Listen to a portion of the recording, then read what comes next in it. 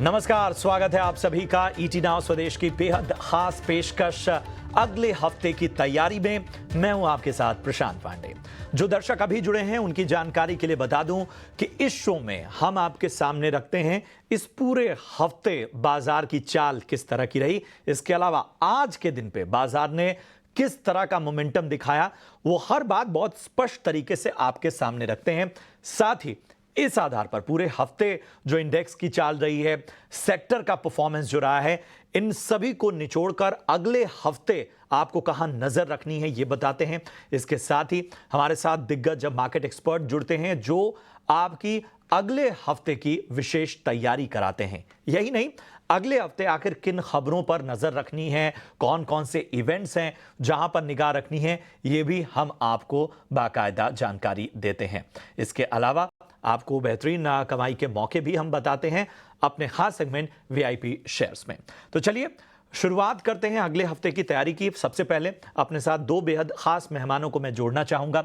हमारे साथ हेम सिक्योरिटीज की आस्था जैन जी जुड़ चुके हैं। आस्था जी नमस्कार, बहुत बहुत स्वागत आपका, हमें समय देने के लिए बहुत बहुत शुक्रिया। और हमारे साथ यस सिक्योरिटीज के लक्ष्मीकांत शुक्ला जी भी हैं। लक्ष्मीकांत जी आपका भी बहुत बहुत धन्यवाद, समय देने के लिए बहुत बहुत शुक्रिया। तो चलिए इससे पहले कि मैं अपने एक्सपर्ट का रुख करूं, जरा इस पूरे हफ्ते बाजार की चाल को देख लेते हैं। तो इस हफ्ते अगर हम बाजार को देखें खास तौर पे, तो आप देख पाएंगे कि इस हफ्ते बाजार में इंडेक्स स्तर पर जो है वो निफ्टी ने पॉजिटिव रिटर्न दिया। 1.25% का रिटर्न इस पूरे हफ्ते में निफ्टी की तरफ से आया। बैंक निफ्टी की अगर हम बात करें तो यहां पर लगभग 1% का इस पूरे हफ्ते में रिटर्न देखने को मिला, पॉजिटिव निफ्टी और निफ्टी बैंक। और जाहिर सी बात है 7 दिनों से तेजी रही है और उसका एक फायदा जो है वो दोनों ही इंडेक्स पर नजर आता हुआ। इसको लीड किसने किया? तो इसको लीड किया निफ्टी स्मॉल कैप ने। आप देखिए 3.5% से के करीब रिटर्न जो है वो उछाल साफ तौर पर निफ्टी स्मॉल कैप में देखने को मिला। निफ्टी मिड कैप ने भी संभाला, 1.5% का रिटर्न इस हफ्ते निफ्टी मिड कैप ने दिया।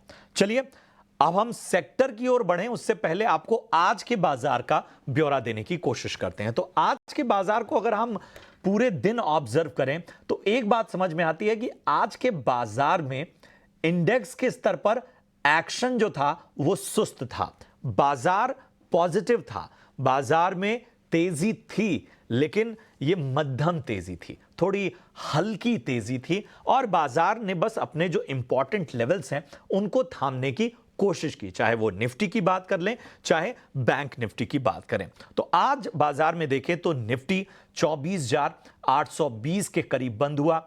बैंक निफ्टी की बात करें तो यहां पर करेक्शन जो था वो नजर आया, 50,900 के आसपास बंद हुआ बैंक निफ्टी। वहीं बात करें अगर हम आज निफ्टी 50 गेनर्स की, तो ऑटो पॉकेट्स में रफ्तार का फायदा अब बजाज ऑटो को मिला, लगभग 5% चढ़कर बंद हुआ। कोल इंडिया पीएसयू सेगमेंट का एक अहम स्टॉक का ये भी लगभग 2% चढ़कर बंद हुआ। टाटा मोटर, जैसे मैंने कहा ऑटो पॉकेट में एक्शन भरपूर था। आज हमारे तमाम एक्सपर्ट ने आपको अलग अलग सेगमेंट में रणनीति भी बताई। टाटा मोटर्स 1.5% ऊपर रहा। इसके अलावा सन फार्मा यहां पर लगभग 1.5% चढ़कर बंद हुआ। भारतीय एयरटेल, आईसीआईसीआई बैंक, हीरो मोटो, ये सभी खबरों के दम पर चलते हुए नजर आए। निफ्टी 50 लूजर्स को देखें तो ऑयल मार्केटिंग कंपनियों में ओएनजीसी लगभग 1.5% से ज्यादा की गिरावट यहां पर नजर आई। आज हमें आईटी पॉकेट्स में करेक्शन देखने को मिला। विप्रो की बात कर लें, एलटीआई माइंडट्री की बात करें, इन्फोसिस, एचसीएल टेक, ये सभी स्टॉक निफ्टी 50 लूजर्स की लिस्ट में शामिल रहे। इसके अलावा एशियन पेंट्स भी आज गिरता हुआ नजर आया। आखिर में अगर हम आज के एडवांस डिक्लाइन रेशियो पर गौर करें तो एक वक्त पर 1300-1400 तक का ये था, लेकिन बाजार बंद होने तक एडवांस डिक्लाइन रेशियो आ गया। लगभग 1200 स्टॉक ऐसे थे एडवांस डिक्लाइन रेशियो में जो कि आज हरे निशान में कारोबार करते नजर आए। 1322 स्टॉक ऐसे थे जो कि आज दबाव उन पर नजर आया। तो आज के बाजार में जैसे मैंने कहा इंडेक्स स्तर पर यह रहा कि कुछ भी बहुत एक्शन नहीं था, लेकिन स्टॉक स्पेसिफिक एक्शन भी आज थोड़ा कांटे की, मतलब एडवांस और डिक्लाइन दोनों ने टक्कर एक दूसरे को दी। चलिए अब बढ़ते हैं अपने खास एक्सपर्ट की ओर और लक्ष्मीकांत जी, मैं आपके पास सबसे पहले आना चाहूंगा। आज के बाजार की पॉजिटिविटी बस यही है कि इंपॉर्टेंट लेवल्स को थामने की कोशिश हुई। कहीं वो कोशिश कामयाब हुई निफ्टी के लेवल पर, कहीं वो कोशिश थोड़ी सी छूटती हुई नजर आई। अब बताइए अगले हफ्ते बाजार में किन लेवल्स पर ध्यान रखना होगा, डाउन साइड और अपर साइड दोनों पे? देखिए, कंसोलिडेशन ब्रेकआउट देखने के बाद जो कि हमें फ्राइडे को मिला था, उसके बाद निफ्टी ने हायर टॉप्स हायर बॉटम के साथ ही ट्रेड किया है। बट अगर हम पिछले 2 दिनों का एक्शन देखें तो वहाँ पे थोड़ा म्यूटेड एक्शन रहा है, और उसका पहला कारण ये है कि जो 2 अगस्त का गैप डाउन ओपनिंग था, वहाँ पे निफ्टी हर्डल फेस कर रहा है, जो कि 24,850 से लेकर 24,960 के जोन पर दिखाई दे रहे हैं। तो मुझे लगता है कि निफ्टी को अगर ऊपर आगे बढ़ना है तो इस जोन को फिल करना पड़ेगा, अन्यथा निफ्टी में हमें रेंज बाउंड एक्शन देखने को मिलेगा। हालांकि निचले स्तर पर हमें अच्छे खासे सपोर्ट भी दिखाई दे रहे हैं, जो कि 24,550 से लेकर 24,500 जोन पर के आसपास आ रहे हैं, और जहां पर 20 डीएमए लेवल भी है। तो मुझे लगता है कि अगर निफ्टी को आगे बढ़ना है तो जो इसका जो इमीडिएट रेजिस्टेंस है, जो कि 24,850 से लेकर 24,960 के जोन पे आ रहा है, तो उसके ऊपर क्लोजिंग होना जरूरी है। अब अन्यथा हम यही इन्हीं दो बैंड के बीच में रेन बाउंड एक्शन हमें देखने को मिल सकता है निफ्टी में अगले हफ्ते में भी। तो ये है खास नजरिया इंडेक्स पर। चलिए आस्था जी, मैं आपके पास आना चाहूंगा। अगर हम इस हफ्ते इंडेक्स की चाल देखें, खास तौर पे अहम अहम सेक्टर्स को देखें, निफ्टी मेटल जो है वो सबसे ज्यादा इस हफ्ते रिटर्न देता नजर आया। लगभग 3.25% का रिटर्न इस पूरे हफ्ते में निफ्टी मेटल ने दिया। इसके बाद नंबर आता है निफ्टी पीएसयू बैंक्स का, जिन्होंने 2.5% से ज्यादा का उछाल देखा। निफ्टी फार्मा और निफ्टी एफएमसीजी 2% के करीब रेंज में दोनों ने इस बार अपने मोमेंटम को बरकरार रखा। अब इसमें सबसे ज्यादा जो चैलेंज नजर आ रहा था, वही सेक्टर ने सबसे बेटर परफॉर्म किया। अगर इन आंकड़ों को हम देखें, निफ्टी मेटल एक अच्छा खासा करेक्शन देखा, उससे पहले एक बहुत ही शानदार रैली, लेकिन ये हफ्ता निफ्टी मेटल के नाम रहा। वहीं हम बजट के बाद जहां सरकारी शेयरों में एक तरह का करेक्शन देख रहे थे, वहां से अगर देखें तो निफ्टी पीएसयू बैंक ने बैंक निफ्टी के पूरे बेहतरीन मोमेंटम को पूरी तरह से कैश किया। इन दोनों सेक्टर पर अब अगले हफ्ते के नजरिए से आपकी क्या रणनीति रहेगी? जी बिल्कुल। Good afternoon Prashant ji. देखिए, मुझे ऐसा लगता है कि निफ्टी मेटल इंडेक्स के चढ़ने के पीछे के कारण है, एक तो ऐसा माना जा रहा है कि चाइना से एक बढ़िया डिमांड निकलती हुई नजर आएगी, और दूसरी तरफ फेड रेट को जो कट को लेके एक बाजार में एक पॉजिटिविटी है, वो भी एक कारण रहा है कि मेटल इंडेक्स में और हमने निफ्टी मेटल इंडेक्स में एक तेजी देखी। मुझे लगता है कि ये जो तेजी निफ्टी मेटल इंडेक्स में आई है, अगले हफ्ते ये भी तेजी जारी रहेगी, क्योंकि फेड रेट कट के डिसीजंस जो कि सितंबर में ड्यू है, फेडरल बैंक की मीटिंग, तो मुझे लगता है कि उसके ऊपर चलते हुए अभी तो निफ्टी मेटल में और भी ज्यादा तेजी हमें देखने को मिल सकती है। तो इधर हमारा व्यू पॉजिटिव है। दूसरी तरफ बात करें, एफएमसीजी, फार्मा, ये 2 इंडाइसेस ऐसे थे जो एक डिफेंसिव के तौर पे काम कर रहे थे और बहुत ज्यादा चले नहीं थे। तो वहां पे भी हमने एक चाल देखी जो लगता है कि आगे भी जारी रहेगी। और जहाँ तक पीएसयू बैंक्स की आपने बात की, मुझे लगता है कि बहुत बड़ा करेक्शन हम ऑलरेडी देख चुके हैं, और वैल्यूएशंस थोड़े से करेक्ट हुए हैं across the board PSU banks में, तो उसके चलते आज वहाँ पे भी हमने तेजी देखी।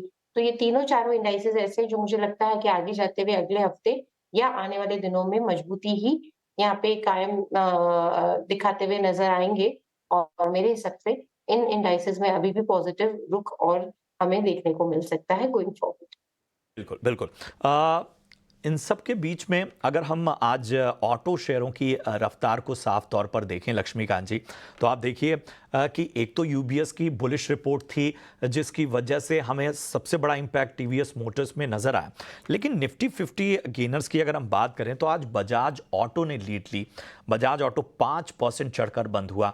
टाटा मोटर्स में भी लगभग 1.5% की तेजी हमें नजर आई। बाकी कमोबेश अगर हम देखें तो टीवीएस मोटर्स, हीरो मोटो, ये सभी चलते हुए नजर आए।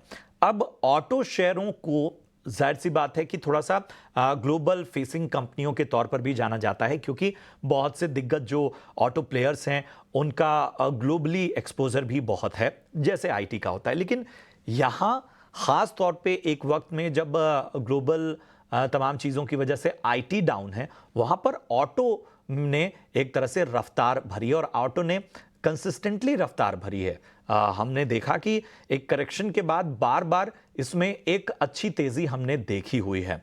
आने वाले वक्त में फेस्टिव सीजन भी है, कहाँ नज़र रखी जाए? जी, ऑटो सेक्टर का जो ट्रेंड है वो काफ़ी बुलिश नज़र आ रहा है, और अभी भी अगर हम इसके long term weekly moving average देखते हैं तो उसके ऊपर ही ये इंडेक्स ट्रेड कर रहा है। हालांकि अगर हम पिछले हफ्ते का ट्रेंड देखें तो वहां पर हमें एक शूटिंग स्टार पैटर्न फॉर्मेशन देखने को मिला था, जिसकी वजह से हमें एक हल्का करेक्शन देखने को मिला था ऑटो सेक्टर में। बट इसके बावजूद भी इसने अपने सारे लेवल्स रिक्लेम किए हैं, और पिछले कई दिनों से ये स्टॉक में हमें ट्रैक्शन देखने को मिल रहा है। आज अगर बेसिकली बात करें तो बजाज ऑटो ने हमें एक कंसोलिडेशन ब्रेकआउट दिया है, और ये अभी अनचार्टेड टेरिटरी में ट्रेड कर रहा है। तो मुझे लगता है कि यहाँ से बजाज ऑटो 10,900 के लेवल्स को टच कर सकता है, और अगर उसके ऊपर ये सस्टेन होता है तो जिसको जो ऊपरी स्तर का जो टारगेट आ रहा है वो आ रहा है 11,600। So overall bullish momentum Bajaj auto में बना रहेगा। इसके अलावा अगर हम हीरो मोटोकॉर्प की बात करें तो यहाँ पर भी हमें फॉलिंग ट्रेंड लाइन का एक ब्रेकआउट होता हुआ नजर आ रहा है। हालांकि ये अभी 50 डीएमए के पास सस्टेन कर रहा है, जो कि 5,450 के आसपास शो कर रहा है। तो मुझे लगता है कि एक बार 5,450 के लेवल्स को ये क्रॉस करता है तो हमें फिर से हीरो मोटो में तेजी दिखाई देगी, और वहां से स्टॉक अराउंड 5,750 से 5,800 के लेवल्स को टच कर सकता है। और एक कॉन्ट्रा ट्रेंड हमें दिखाई दे रहा है मारुति में हमें इससे पहले अच्छा खासा करेक्शन दिखाई दिया था। उसके बावजूद इसने अभी एक बेस बनाया हुआ है 12,100 के आसपास, और यहाँ से एक राउंडिंग फॉर्मेशन बनता हुआ दिखाई दे रहा है। हालांकि ऊपरी स्तर पे हमें एक माइनर हर्डल दिखाई दे रहे हैं, जो कि है 12,600 के आसपास। एक बार मारुति 12,600 लेवल के ऊपर क्लोजिंग देता है तो वहां से हमें एक पुल बैक मूव होता हुआ नजर आएगा, जो कि मारुति को 13,200 के लेवल्स तक पहुंचा सकता है। तो मुझे लगता है कि ऑटो सेक्टर में बजाज ऑटो, हीरो मोटोको और मारुति, ये तीन स्टॉक काफी अच्छे लग रहे हैं, और जिसमें हमें बाइंग करके चलना चाहिए। आस्था जी, मैं आपके पास आना चाहूंगा। चिंता अभी भी क्या आईटी पॉकेट को लेकर बनी हुई है? क्योंकि पिछले दिनों हमने देखा कि आईटी सेक्टर ने एक लीडरशिप लेने की कोशिश की और एक तरह का दबाव भी था, जहां पर हमने देखा कि तमाम बड़े सेक्टर्स जब लगातार एक के बाद एक लीडरशिप ले रहे थे, मेटल्स की बात कर लें, पीएसयूज की बात कर लें, डिफेंस की बात कर लें, वहां पर आईटी ने कोशिश भी की और बहुत हद तक हमने देखा कि आईटी ने उस पैटर्न को तोड़ा, जहां पर कई बार ऐसा होता था कि 2 दिन काउंटर चलता था, बाकी दिन ठप। क्या एक बार फिर उसी दायरे में अब आईटी सेक्टर फिर से फंसता हुआ नजर आ रहा है? क्योंकि बहुत कुछ डिपेंडेंसी अब ग्लोबल जो क्यूज हैं उन पर नजर आएगी। ग्लोबली क्या क्या हो रहा है, किस तरह की कमेंट्री नजर आ रही है और क्या चीजें डेवलप हो रही हैं, उस पर डिपेंडेंसी ज्यादा रहेगी। देखिए, मुझे तो लगता है कि बिल्कुल आईटी सेक्टर जिस तरह से ग्लोबल क्यूज लेके ही अपनी बढ़त दिखाता है, आगे की तरफ चाल चलता है, तो वो एक डेफिनेटली हमेशा से एक पॉइंट टू सी रहेगा कि किस तरह से ग्लोबल क्यूज यहाँ पे निकल के आ रहे हैं। आईटी सेक्टर के लिए ये एक देखने वाली बात हमेशा रहेगी। पर मुझे ऐसा लगता है कि बहुत अच्छा परफॉर्म करके दिखाया है आईटी सेक्टर ने पिछले कुछ हफ्तों की मैं बात करूँ, लगातार हायर हाइज, हायर लोज की फॉर्मेशन भी हमने देखी है। तो निफ्टी आईटी मुझे लगता है अभी भी एक तेजी की तरफ ही अग्रसर होगा, और इसमें जो दिग्गज कंपनियां हैं वहां पे बिल्कुल नजर बनाई जा सकती है, जिसमें पहली चॉइस तो हमारी इन्फोसिस रहेगी। उसके बाद हो सकता है कि मिड कैप आईटी भी यहाँ पे अच्छा परफॉर्म करता हुआ नजर आए। तो आईटी सेक्टर में मुझे लगता है जो तेजी की चाल आई है ये आगे जारी रहेगी। इन्फोसिस इसमें हमारी पसंदीदा स्टॉक है। बात है आस्था जी, हमें पता है कि आपके पास थोड़ी समय की कमी है, इसीलिए मैं आपसे आखिर में बस वीआईपी शेयर, आपके वीआईपी रिकमेंडेशंस क्या हैं वो आप बता दें, फिर आपको इजाजत है जाने की। पसंद आता है Nippon life India asset management company. खरीदारी करने की सलाह इस काउंटर पे रहेगी। थोड़ी गिरावट आती है 700 के आसपास, तो खरीदारी करें। इनिशियल टारगेट 775 और उसके बाद 790 के भी लक्ष्य ये काउंटर हमें दिखाता हुआ नजर आएगा। समय सीमा यहाँ पे 1 से 2 महीने रहेगी, तो ये एक काउंटर पसंद आता है। दूसरी तरफ टाइटन भी अच्छा लगता है। जिस तरह से यहाँ पे टाइटन में बहुत अच्छी तेजी आई है, फंडामेंटल्स अभी भी सॉलिड है। ये भी एक काउंटर अच्छा लगता है। 3900 से लेके 3950 के टारगेट्स के लिए टाइटन को भी गिरावट पर खरीदारी करने की सलाह है, जो कि लगभग रहेगा 3600 के आसपास, 3580 से 3600 के जोन। ठीक है, तो टाइटन जो है वो 3500-3600 के स्तर पे आपको खरीदारी की सलाह मिलती हुई। इसके अलावा निप्पॉन लाइफ एसेट ये भी आपको आस्था जी की ओर से रिकमेंडेशन आती हुई। समय सीमा का खास तौर से ध्यान दें। चलिए बताएं, इस वक्त लक्ष्मीकांत जी आपके रडार पे कौन से स्टॉक हैं? जी, मेरा सबसे पहला जो पिक रहेगा वो रहेगा भारती एयरटेल। रिसेंटली यहाँ पर हमें एक फॉलिंग ट्रेंड लाइन का ब्रेकआउट देखने को मिला है भारती एयरटेल में। और पिछले 3 दिनों का अगर ट्रेंड देखें तो इसने 20 और 50 डीएमए लेवल को भी रिक्लेम किया है with the formation of bullish candle. तो मुझे लगता है कि यहाँ से स्टॉक 1580 से लेकर 1600 के लेवल को भी टच कर सकता है। सो ओवरऑल सेंटीमेंट इसमें अच्छा दिखाई दे रहा है और यहाँ से स्टॉक हमें 1580 से लेकर 1600 तक जाता हुआ दिखाई दे रहा है। और अगर हम इसमें स्टॉप लॉस की बात करें तो हमें स्टॉप लॉस लेकर चलना है 1470 का। जो मेरा दूसरा स्टॉक रहेगा वो रहेगा, जैसा कि हमारा भी डिस्कशन हुआ था कि एफएमसीजी सेक्टर में अच्छा खासा ट्रैक्शन देखने को मिला है और उसमें से कई सारे स्टॉक अभी भी अच्छे लेवल्स पे ट्रेड कर रहे हैं।